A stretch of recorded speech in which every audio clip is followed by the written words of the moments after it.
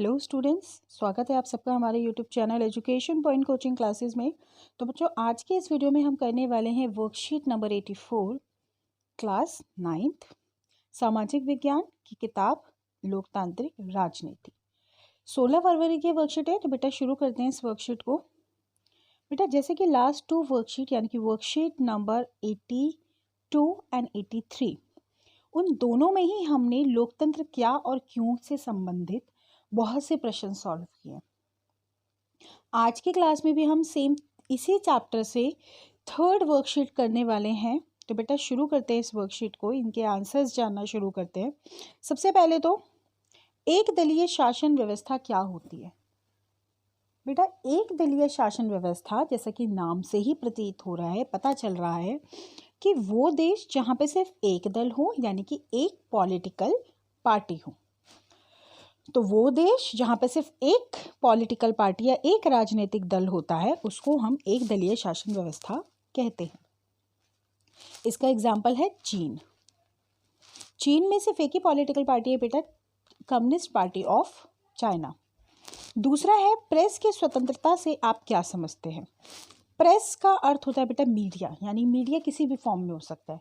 हम जो टीवी में देखते हैं, न्यूज़पेपर्स में आता है, और भी सब बहुत सारे मोड होते हैं, लाइक वीडियोस हो गया, ऑडियोज़ हो गया, ये सब मीडिया के ही प्रकार में आते हैं।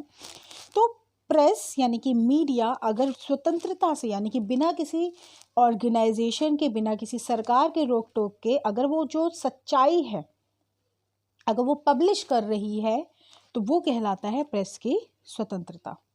तीसरा प्रश्न है बेटा, दो या दो से अधिक दलीय व्यवस्था को क्या कहते हैं। तो बहुदलीय व्यवस्था कहते हैं। भारत में क्या है, यही है, भारत में बहुदलीय व्यवस्था स्थापित है। यानी कि हमारा जो इलेक्शन कमीशन है, चुनाव आयोग है, वहाँ पे 750 से भी ज़्यादा पॉलिटिकल पार्टियाँ रजिस्टर्ड है। इसके अलावा क्वेश्चन नंबर 4, हमारे देश भारत में निम्नलिखित में से कौन सी शासन व्यवस्था है। तो अभी जैसा कि इससे पहले वाले प्रश्न में हमने किया, बहुदलीय शासन व्यवस्था। इसके बाद क्वेश्चन नंबर 5, राजशाही शासन व्यवस्था किसे कहते हैं। बेटा नाम से ही पता चल रहा है, राजशाही यानी कि राजा का शासन। राजा का शासन कैसा होता है, वंशानुगत होता है। वंशानुक्रम मतलब राजा का बेटा ही राजा बनेगा। तो वो व्यवस्था जहाँ पे राजा का शासन होता है एवं उसी का जो पुत्र है एवं परिवार है, उसके पास ही पूरी सत्ता की बागडोर रहती है, तो वह व्यवस्था क्या कहलाएगी, राजशाही शासन व्यवस्था। इसके बाद है बेटा क्वेश्चन नंबर 6, जो कि एक पैराग्राफ बेस्ड क्वेश्चन है। बेटा पैराग्राफ के टोटल 4 क्वेश्चन आने वाले हैं, मतलब 16 नंबर आसान, ऐसा नहीं है कि मतलब ध्यान ही नहीं देना है, कर लेंगे। कई बार क्या होता है ना, कुछ ट्रिकी क्वेश्चंस हो जाते हैं। जैसे कि आज का जो पैराग्राफ है उसमें एक क्वेश्चन का आंसर तो आपको मिल जाएगा, पर बाकी 3 क्वेश्चंस आपको खुद बना के लिखने पड़ेंगे। बना के तो आप तभी लिख पाओगे ना जब आपको उसके बारे में पता होगा। तो सेम क्वेश्चन नंबर 6 में आपको मैं आज यही बताने वाली हूँ। जैसे कि क्वेश्चन नंबर 1 है इसका, लोकतांत्रिक फैसले से आप क्या समझते हैं। तो ये तो आपको आंसर मिल जाएगा कि लोकतांत्रिक फैसले का मतलब होता है कि जहाँ पे जो भी लोग प्रभावित हो रहे हैं उनसे विचार विमर्श करके स्वीकृति ली जाए, यानी कि सबसे पूछकर आंसर लिया जाए। तो फर्स्ट का आंसर तो बेटा पैराग्राफ में ही है। अब सेकंड है कि विचार विमर्श क्यों किया जाता है, तो इसका आंसर आपको पैराग्राफ में नहीं मिलने वाला है। तो अगर हम थोड़ा सा और डिटेल में जाएं, तो इसलिए किया जाता है कि जो बहुत शक्तिशाली ना हो उसका भी किसी फैसले में उतना ही महत्व होना चाहिए जितना कि शक्तिशाली का है। तो आंसर इनडायरेक्टली यही लाइन है, ताकि सभी व्यक्ति मिलकर डिसीजन ले सके, चाहे वो शक्तिशाली व्यक्ति हो चाहे शक्ति विहीन व्यक्ति हो, समानता के साथ सबको अधिकार मिले। क्वेश्चन नंबर 3 है, अपने पारिवारिक अनुभव के आधार पर बताइए कि लोकतांत्रिक फैसले लेने का क्या लाभ होता है। यहाँ पे आपको एक शब्द मेंशन कर दिया गया है, पारिवारिक। अर्थात जब हम परिवार में बैठते हैं तो क्या वो जो डिसीजंस हम लेते हैं, सर्वसम्मति से जो डिसीजन लिए जाते हैं, उसका कंपेयर करना है आपको लोकतांत्रिक फैसलों के साथ। तो उसके क्या लाभ होते हैं। बेटा अगर हम घर में 4 लोग बैठे हुए हैं और किसी चीज़ पे अगर डिस्कशन चल रहा है, मान लो कहीं घूमने जाने का हो रहा है या कोई घर के फैसला कुछ लिया जा रहा है, तो ज़्यादातर लोग जिस तरफ होते हैं उन्हीं की बात मानी जाती है। मान लो अगर 6 लोग हैं, 4 लोग कह रहे हैं मनाली चलेंगे घूमने और 2 लोग कह रहे हैं कि नहीं हम कहीं साउथ साइड जाएंगे घूमने, तो किसकी बात मानी जाएगी? क्योंकि 4 तरफ मेजॉरिटी एक तरफ है। तो इसी प्रकार लोकतंत्र में क्या होता है, मेजॉरिटी का ही तो रूल होता है। उससे क्या होंगे, एक तो लड़ाइयाँ समाप्त हो जाएंगी, मिलकर डिसीजन ले लिया जाएगा और सबके समानता भी बनी रहेगी, अधिकार तो सबको मिला ना। इसके बाद क्वेश्चन नंबर 4 इसी का, दैनिक जीवन के लोकतंत्र का एक उदाहरण दीजिए। तो दैनिक जीवन में क्या लोकतंत्र हो रहा है उसका कोई एक आपको उदाहरण देना है। इसमें आप बेटा आप कोई अधिकार भी डाल सकते हो, जैसे कि हम वोट डालने जाते हैं तो वो भी एक तरीके से हम क्या कर रहे हैं, लोकतंत्र का ही प्रयोग कर रहे हैं। तो आप इसका आंसर डाल सकते हैं। प्लस देखो दैनिक जीवन है तो रोज तो हम वोट डालने जाते नहीं है। आप इसमें वोट वाला एग्जाम्पल डाल सकते हो, पर मेरे हिसाब से आप कोई अधिकार जैसे कि समानता का अधिकार है या स्वतंत्रता का अधिकार है उसका कोई एग्जाम्पल डालो तो ज़्यादा बेटर होगा।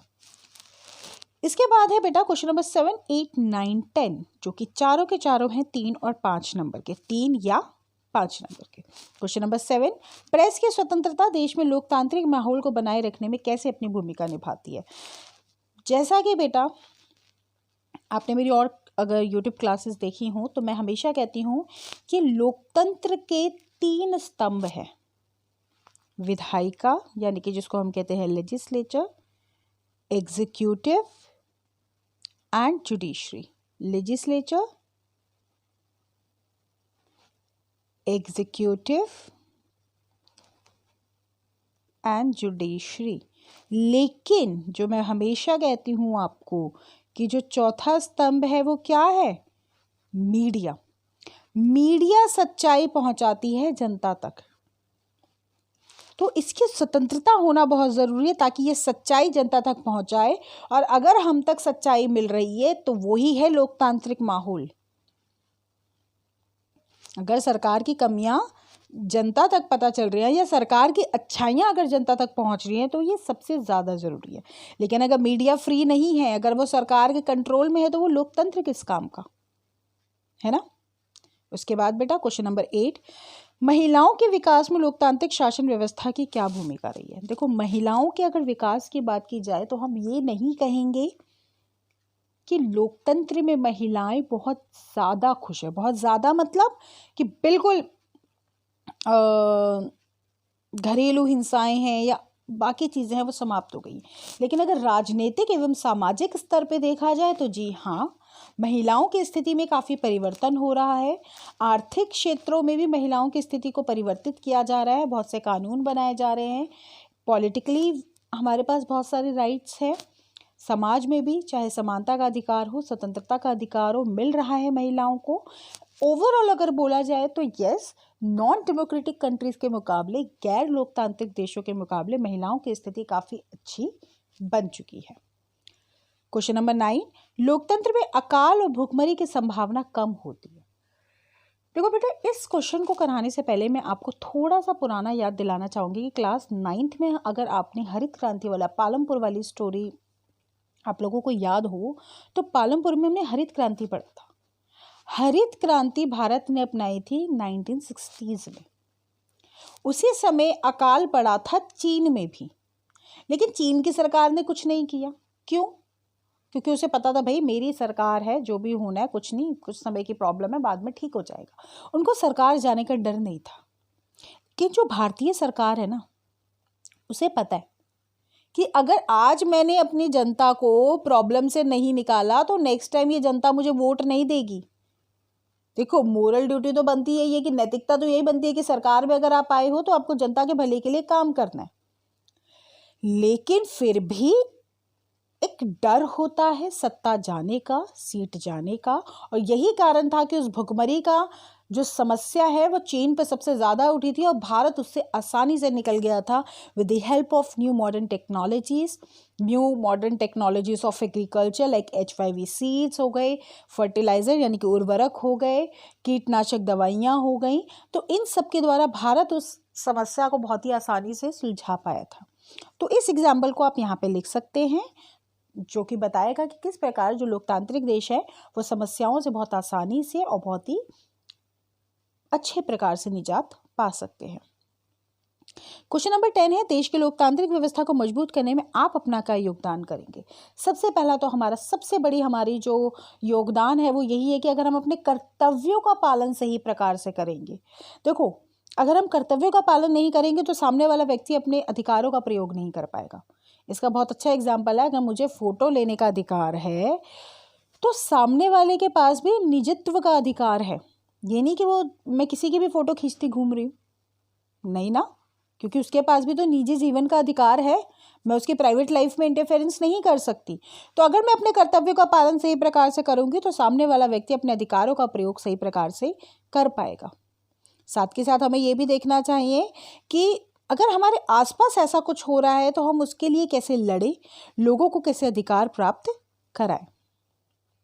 बच्चों, आज की वर्कशीट में क्वेश्चंस बहुत अच्छे थे, सारे के सारे मुझे ऐसा लग रहा है जो हमारे दैनिक जीवन से आसपास के थे वो थे। लेकिन जब ऐसे प्रश्न आ जाते हैं ना जिससे हम रिलेट कर पाते हैं या जिनको हम बहुत ही क्लोजली जानते हैं, वहाँ बच्चे क्या करते हैं ना, वहाँ एक टाइम के बाद आंसर लिखना बंद हो जाता है। लाइक 2 लाइन लिख दी, उसके बाद सोचते हैं क्या करें। तो ये नहीं करना है। ईजी क्वेश्चन जो आपको लगता है ना पढ़ते समय कि यार ये आसान है, 2 बार उसका भी आंसर पढ़ो, ताकि अगर आपका वो क्वेश्चन पेपर में आ जाता है तो आप लिख तो सको। जनरली हम क्या करते हैं, यार ये तो आता है हमें, ये तो हमें कर लेंगे, ये तो आसान है, लेकिन उनमें आ जाती हैं समस्याएं, क्योंकि जब पेपर में हम बैठते हैं तो वो आंसर हमें समझ नहीं आता कि क्या लिखे, क्योंकि वो सिर्फ हमारी सोच में होता है, उसको शब्दों में परिवर्तित हम नहीं कर पाते। तो आज की वर्कशीट के थ्रू हमें यही बात एक समझ में आई है कि चाहे वो आसान प्रश्न हो, उसको 1 या 2 बार ज़रूर पढ़ना है उसका आंसर।